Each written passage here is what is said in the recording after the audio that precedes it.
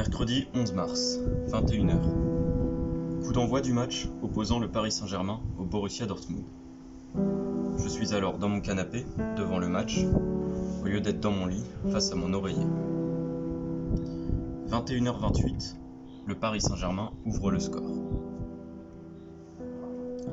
Vers 21h30, le groupe classe sur Snapchat s'active, non pas par rapport au match, mais par rapport au coronavirus, ce qui peut paraître surprenant à cette heure-ci.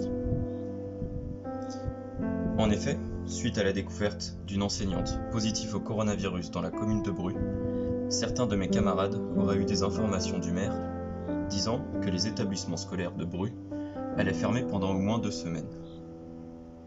À ce moment, nous n'avions pas d'informations officielles. Cependant, les autres élèves de l'autre lycée de Bru, Anita Conti, reçoivent un mail dans la soirée les informant de la fermeture de leur lycée pendant au moins 2 semaines. C'est alors, vers 22h, 22h30, que le préfet d'Ille-et-Vilaine annonce sur son site internet que Bru est classée comme une zone de circulation active du virus et que, en conséquent, les établissements scolaires seront fermés jusqu'au 25 mars.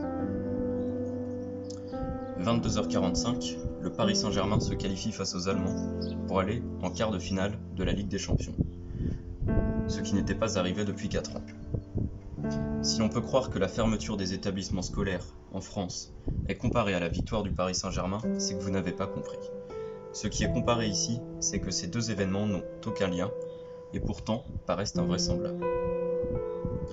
Le lendemain, je me lève alors bien plus tard que d'habitude et j'ai une étrange sensation qui est un mélange de joie mais aussi de prise de conscience face à ce virus.